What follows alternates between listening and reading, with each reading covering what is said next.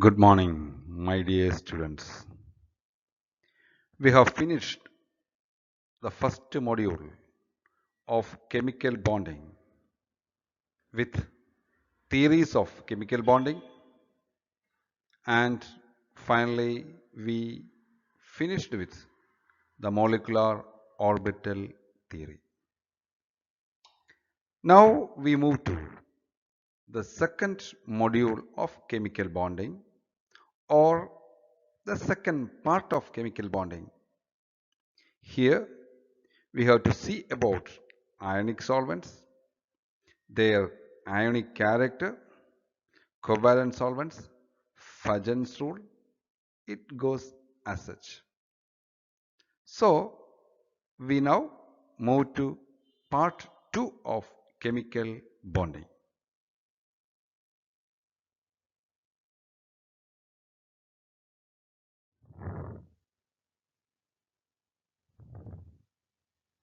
Now we have to see what are ionic compounds. We know ionic compounds are compounds formed by the interaction of cations and anions. Or we could say when oppositely charged ions attract each other and placed in certain points called lattices, a ionic compound is formed.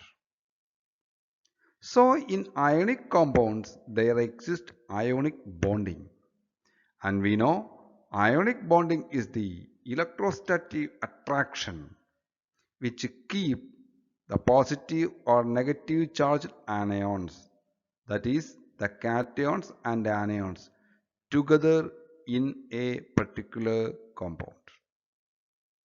So usually metals react with nonmetals to form ionic compounds. That means the metals are highly electropositive, they lose their electrons. As a result, they become cations, that is positively charged ions.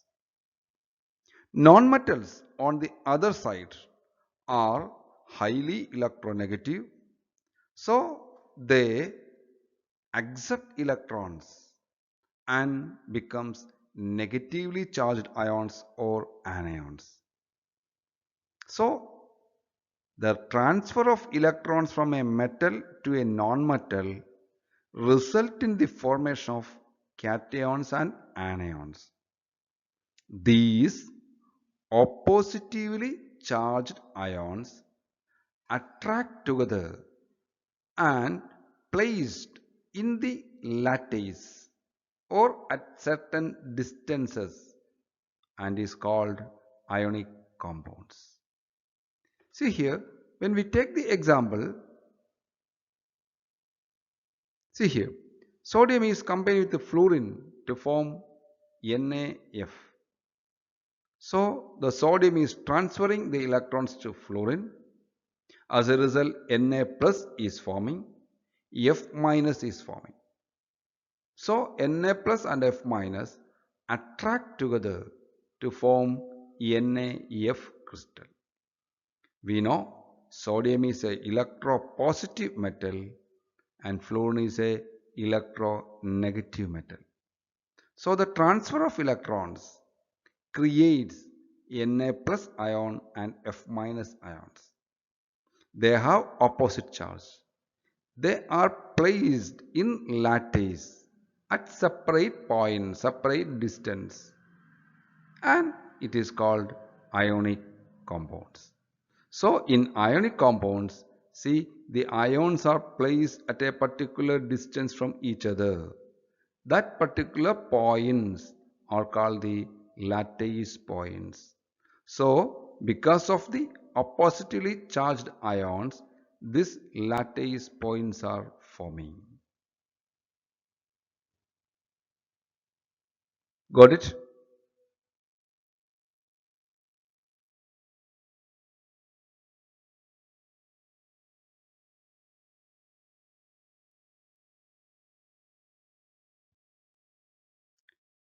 So we have to explain the formation of ionic bonds by the electrostatic force of attraction. See here, I am showing you a graph or a plot. In this particular plot, I am taking Na plus ions and Cl minus ions. And we know when Na plus and Cl minus ions come together, there are electrons present in sodium atom or sodium ion, as well as there are electrons present in chloride ions. So there exists a repulsive force between the electrons of sodium and chloride ions. So one of the force acting between these two ions are the electrostatic repulsive force between the electrons of sodium and electrons of chloride ion. The second force of attraction is between the electrons of the sodium with the nucleus of the fluoride ion, because the nucleus of the fluorine contains positively charged protons. So the electrons of the sodium ion attract the positive part of the fluoride ions, that is the nucleus. Similarly, the electrons of fluoride ion could attack the positive part of sodium ion, that is the nucleus of the sodium ion. So repulsive force is occurring as well as attractive force is occurring. And finally, the positive part of the sodium could repel the positive part of fluoride ion. So different interaction could happen between Na plus ions and Cl minus ions. So we are plotting a graph with bond distance, potential energy against the distance or bond distance. So here we have a green curve, down we have a green curve, and this green curve in the lower half shows the maximum energy would be released when ions are infinitely close to each other. That means this is the attractive interaction between the electrons of sodium ion with the nucleus of chloride ions and the electrons of chloride ions with nucleus of sodium ions. So that is the interactive attraction represented by this green graph. Then there is a red graph or red curve or red line which shows the repulsive electron-electron interaction as well as the proton-proton interaction. So after a particular distance, see, after a particular distance, the potential energy becomes zero. Then we have a purple curve. And this purple curve is the intermediate of these two green and red curve. And it shows the total energy of the system reaches a minimum. See here, a minimum at a distance r0. From r0, if we move closer, see, this is the bond distance. X-axis is the bond distance. Y-axis is the potential energy. So, after a particular distance, again the energy increases. So, this particular point at which the attractive and repulsive force tally each other to an intermediate equilibrium value is the bond distance in ionic compounds. So this distance which balance the electrostatic repulsion and electrostatic attraction termed as the bond distance between the positive and negatively charged ions. So this is the energy representation, potential energy against bond distance representation of an ionic compound.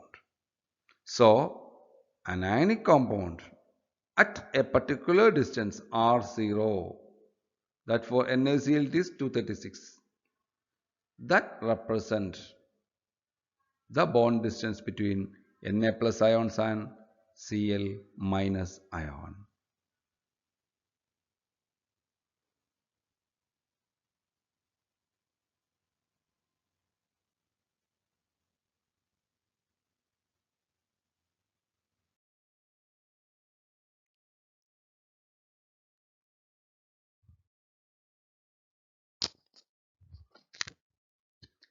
Now we have to see what is lattice energy. When oppositively charged cations and anions are placed at certain points in a crystal called lattices, it releases certain energy, and this energy is called the lattice energy.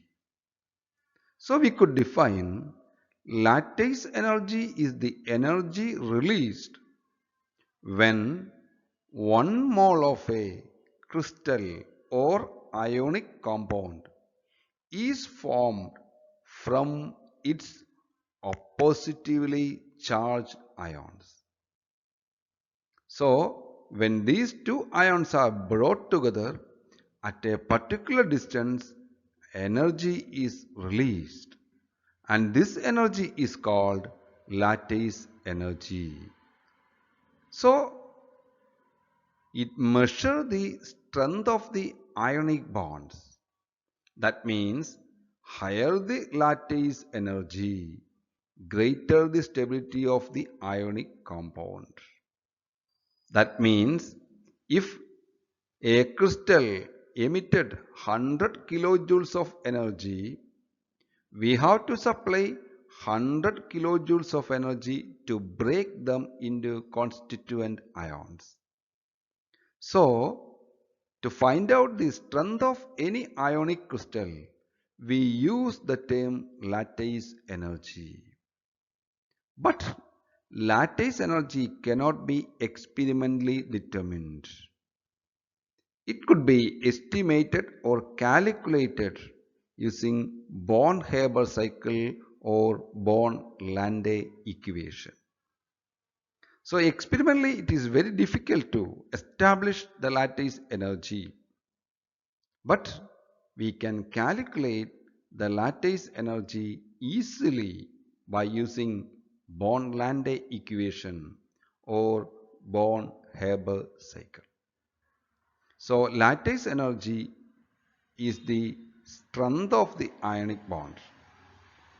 Greater the lattice energy, greater or more stable the ionic compound.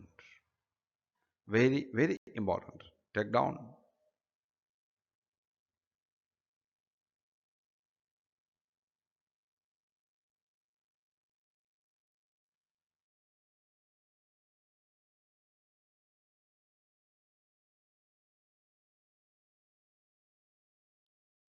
To calculate bond, lattice energy, Born and Lande, they proposed an equation which is called Born-Lande equation, which is basically a complicated equation, but it could be used to find out or calculate the lattice energy of ionic crystals.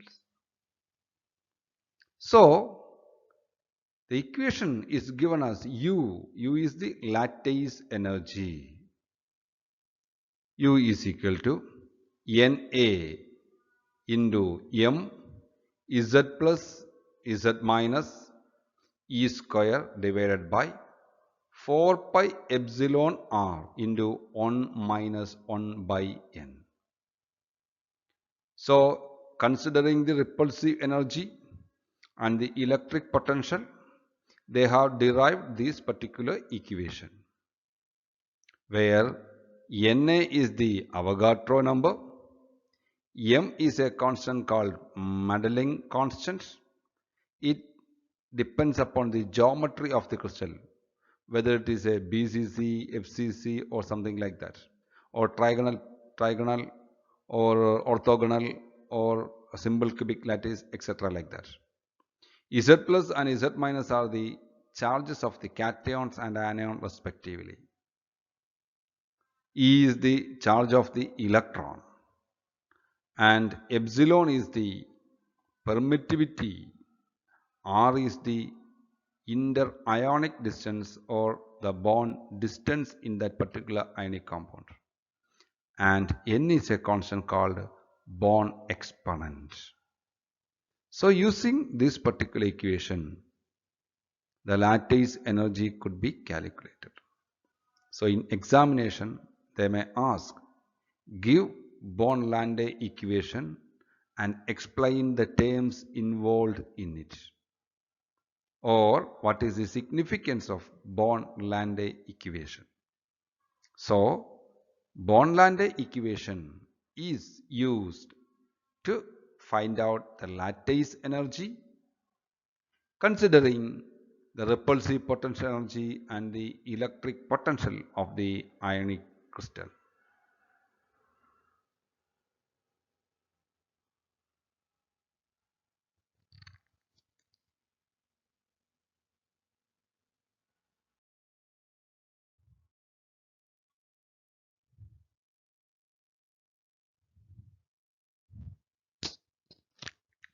We have seen Born-Lande equation for calculating the lattice energy of an ionic crystal. Now, apart from Born-Lande equation, an easy concept to calculate or to find out the lattice energy of a crystal is Born-Haber cycle.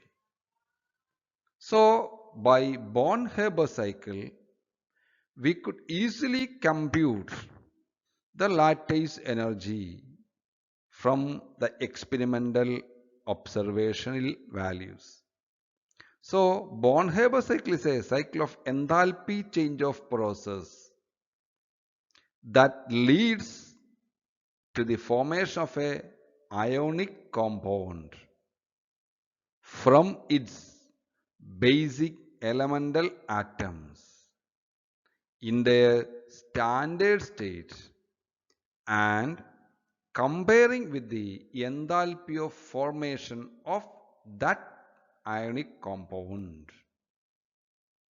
So we will compare the enthalpy of formation of an ionic compound, which could be found out experimentally, and we will tally it with the different process associated with the formation of an ionic crystal from the basic constituent neutral atom. That cycle, which shows the formation of an ionic crystal, is called Born-Haber cycle. Born-Haber cycle. You could make it easily by taking the example of sodium chloride. I hope you might have seen this in your plus 2 classes, or your teacher might have taught you. I do not know whether you learned it. So we are going to take an example of NaCl, sodium chloride, and we make a Born-Haber cycle. And from the Born-Haber cycle, we calculate or compute the lattice energy. So, for the formation of sodium chloride, we have to consider different process from which a sodium atom is converted to Na plus cation in the gaseous state. Similarly, From chlorine molecule, we have to move to chloride ion. Then we have to combine the sodium ion and chloride ion in the gaseous state to form ionic crystal. So we move to the example of NaCl, with which we could explain Born-Haber cycle.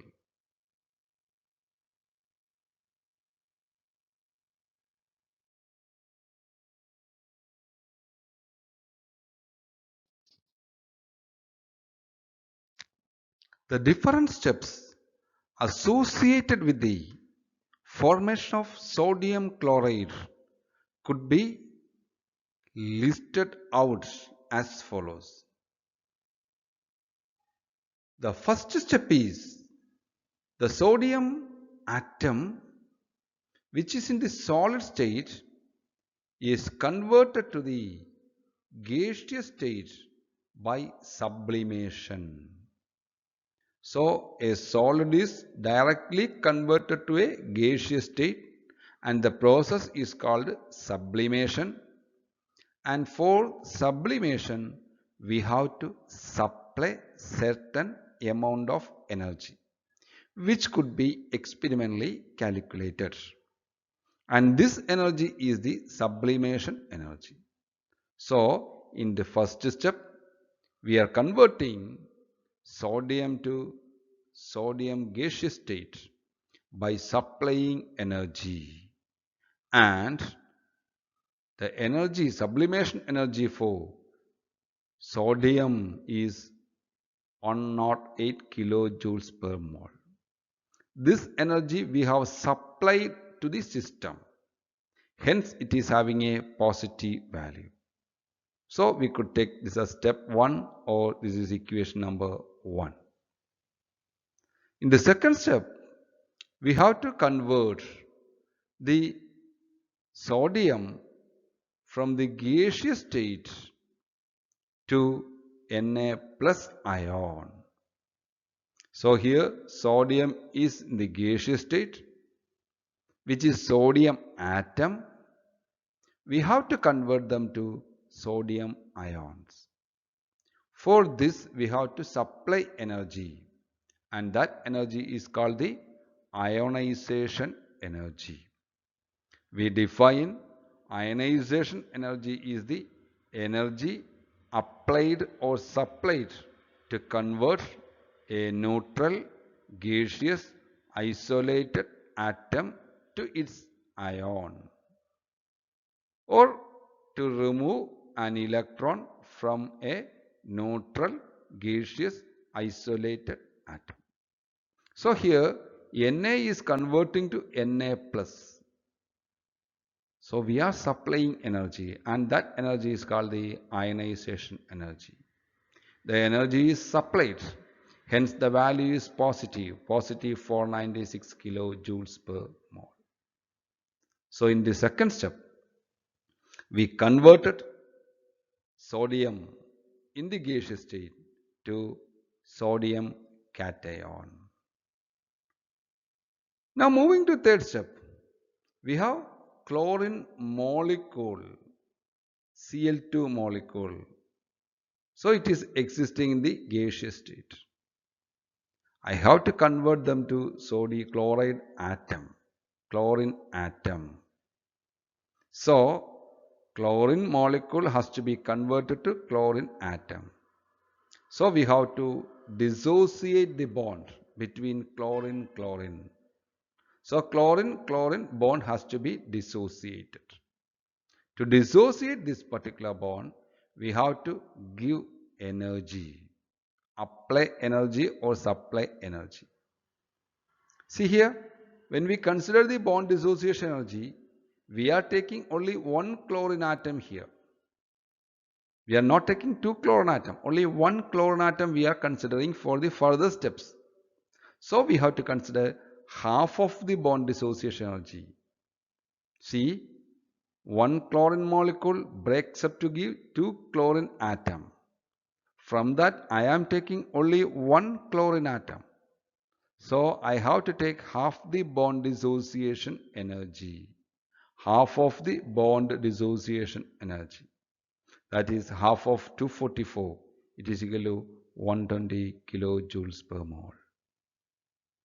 So the third energy aspect is the bond dissociation energy associated with the formation of chlorine atom in the gaseous state. Next, the fourth step, we have to convert the neutral gaseous chlorine atom to chloride ion, Cl minus ion. So, to convert chlorine to Cl minus ion, it releases certain energy, and that energy is called the electron affinity. So, we define electron affinity is the energy released when an electron is added to a neutral gaseous isolated atom. So this is a neutral gaseous isolated chlorine atom. When it is adding one electron to its orbital, it becomes Cl minus. So some energy will be released during that particular formation, and that is the electron affinity. See, the value is negative. Why it is negative? Because energy is released during that particular process. So this is the step 4 or equation number 4. So we have converted sodium to Na plus, chlorine to Cl minus ion through these 4 steps.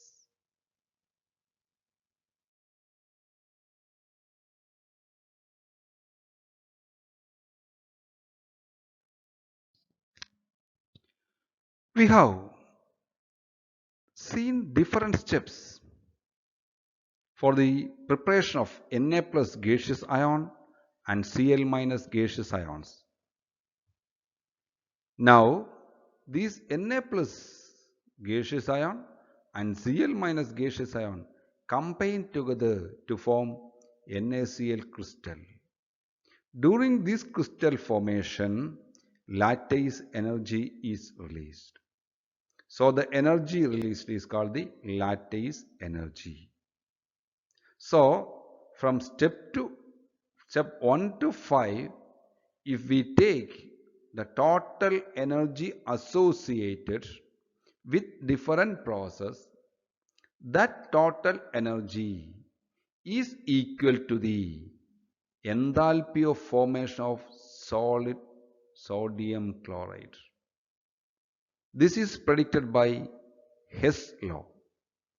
Hess law states that the total enthalpy change or energy change of a system is same if it take place in a single step or in different multi-steps.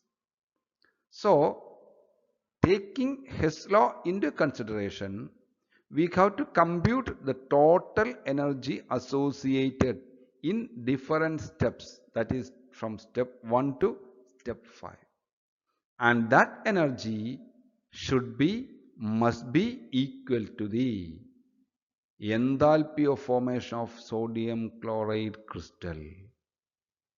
So the enthalpy of formation or heat of formation of sodium chloride delta HF is equal to minus 411 kilojoule per mole. So this is the energy of formation of 1 mole of NaCl crystal, and this energy must be equal to the total energy that happened in all the step 1 to step 5. So from step 1 to step 5, these energy should be equal to the enthalpy of formation of NaCl crystal. You got it? Take down.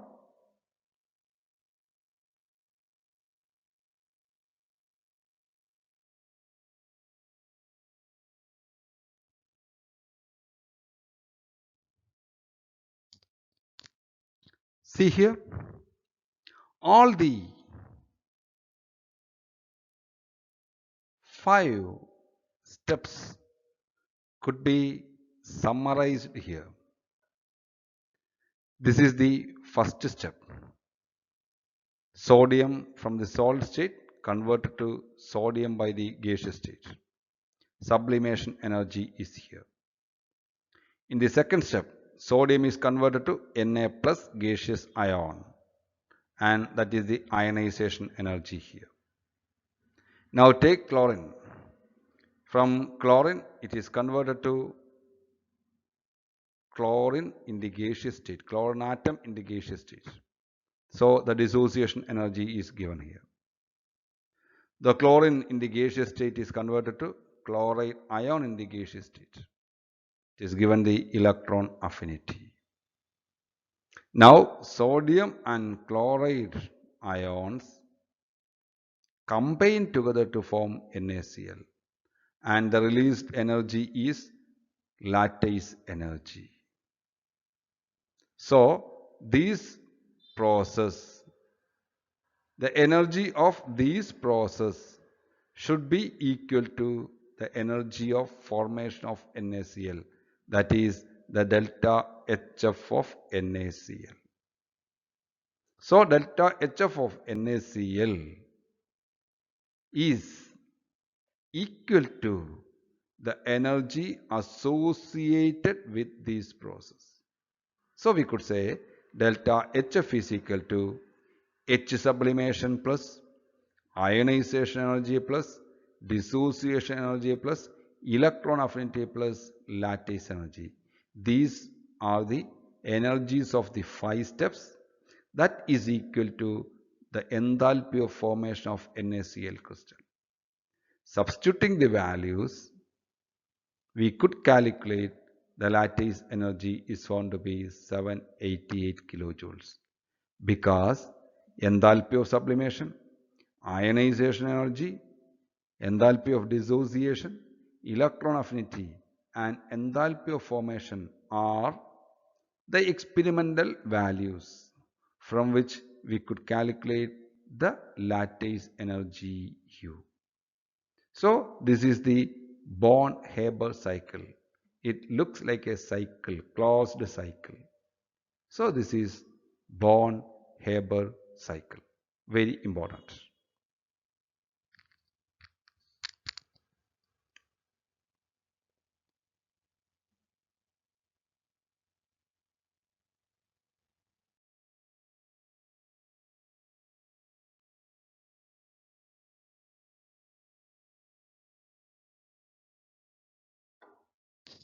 So I have already explained here. See, only 3 values are found to be negative. They are electron affinity, enthalpy of formation and lattice energy. All the other values are positive because that are the supplied energy while this is the released energy. From this, we could easily calculate the lattice energy because all other enthalpy can be experimentally measured. So taking NaCl as an example, we could explain Born-Haber cycle.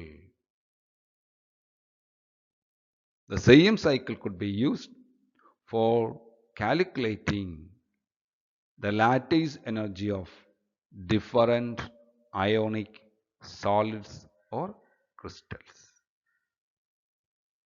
You may expect a problem for calculating the lattice energy for any ionic crystal.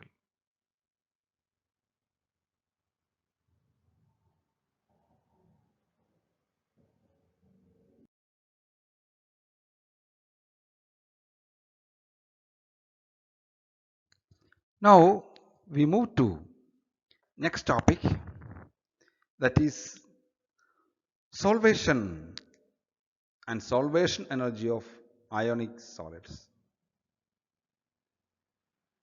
Solvation is the process which describes the interaction of solvent with the solute. We know a solution is formed by the dissolution of a solute in a solvent.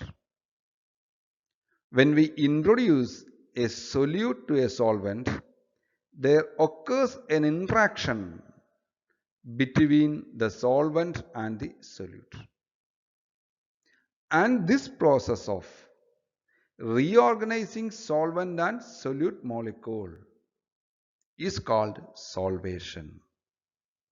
So the process or the phenomenon associated when a solute is dissolved in a solvent to form a solution is called solvation.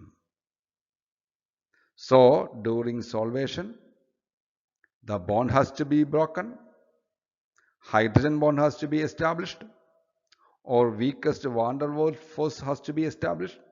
So different process happens there when we introduce a solute to a solvent. And this process is called solvation process. So during solvation process, certain energy is associated, and this energy is called the solvation energy. So when a solute is introduced into a solvent, solvation process occurs, and in solvation process there may be energy associated during that solvation process, and that energy is called the energy of solvation or solvation energy. If the solvation energy is positive, the process is endothermic. If the value of solvation energy is negative, it is exothermic. So exothermic and endothermic process is possible for solvation. That means energy could be released or energy could be accepted or absorbed during solvation process. And when a solute is dissolved in water, it is called hydration. And the energy associated is called the hydration energy. So when we take generally the solvent, it is solvation energy. And if you are taking water as the solvent, it is called hydration process, and the energy associated with it is called the hydration energy. So during solvation, the solute particles will be surrounded by the solvent molecule, and it is called the solvated state. For example, if I take water and NaCl, we have Na plus and Cl minus ion. This Na plus and Cl minus ion will come and interact with H2O molecule. H2O molecule is having O minus and H plus. So each Na plus is surrounded by O minus ion, that is the partial charge of oxygen of water molecule, and that is the solvated state in the solution phase.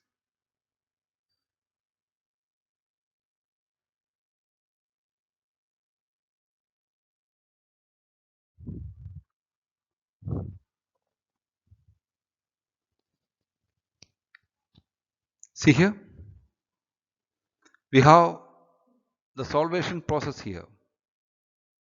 See here, Na plus ion is surrounded by the oxygen, partially charged oxygen ion. This is the solvation process or solvated state. So These are the solvent molecules which come and surround the sodium ions. Similarly, the Cl minus are surrounded by the positively charged H plus. See here Cl will minus will come, Cl minus. So there will be a series of Na plus surrounded by O negative, then Cl minus, again Na plus it will go. This is the solvated state. And we know ionic compounds usually dissolve in polar solvents because this interaction occurs. So water is a polar solvent. If this is a non-polar solvent like benzene or carbon tetrachloride, what happened? Na plus does not have any interaction there. So it may not dissolve here. So ionic compounds, when dissolved in water, the dipole interaction with the positive and negative ions break NaCl crystal to dissolved state to form Na plus surrounded by O minus ions, I mean partially charged oxygen ions, and Cl minus surrounded by positively charged ions. This process is called solvation and solvated state.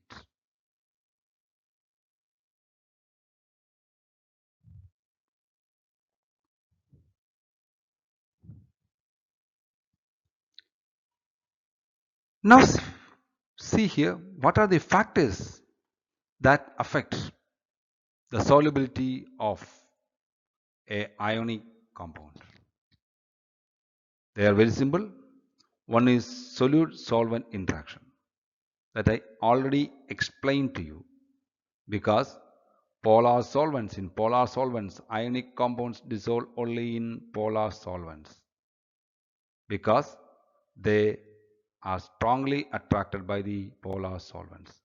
So the solute-solvent attractions affect the solubility of ionic compound. Second one is the common ion effect. Ionic compounds are less soluble in solvents that contain a common ion. See, I am taking calcium sulfate, and if I am dissolving calcium sulfate in a water sample having calcium ions or sulfate ions, I mean hard water.